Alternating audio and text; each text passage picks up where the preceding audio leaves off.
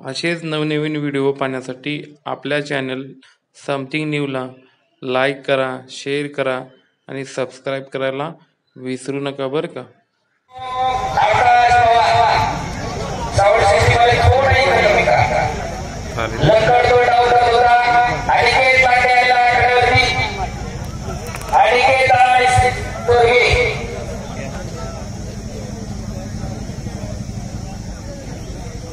श्री बापले